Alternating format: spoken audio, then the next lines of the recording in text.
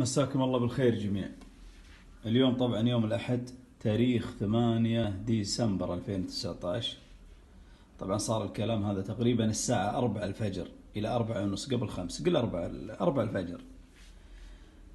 الكلام أن ولدي كان نايم هنا على الكنب هذه، وما أقول إلا سلامة من الله والحمد لله على كل حال، ربي لطف. كان طبعا يشحن جواله، حنا معتادين لما ننام لازم الجوال يكون عندنا شابك على اللي هو السلك الشاحن، وهذا أكبر خطأ. طبعا هذا أنا كلنا نسويها. الكلام كان يشحن في الأسلاك هذه، فولعت الأسلاك وحنا نايمين. طبعا أنا في الدوام وهم نايمين، ولع السلك، ولع بالجوال، ولع بالكنب هنا.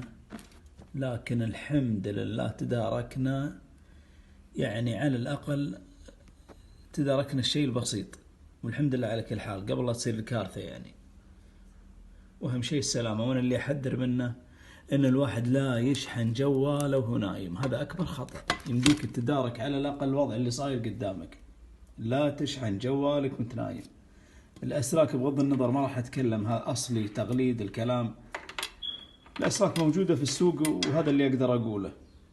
لا تشحن وانت نايم فقط، ويعطيكم العافية.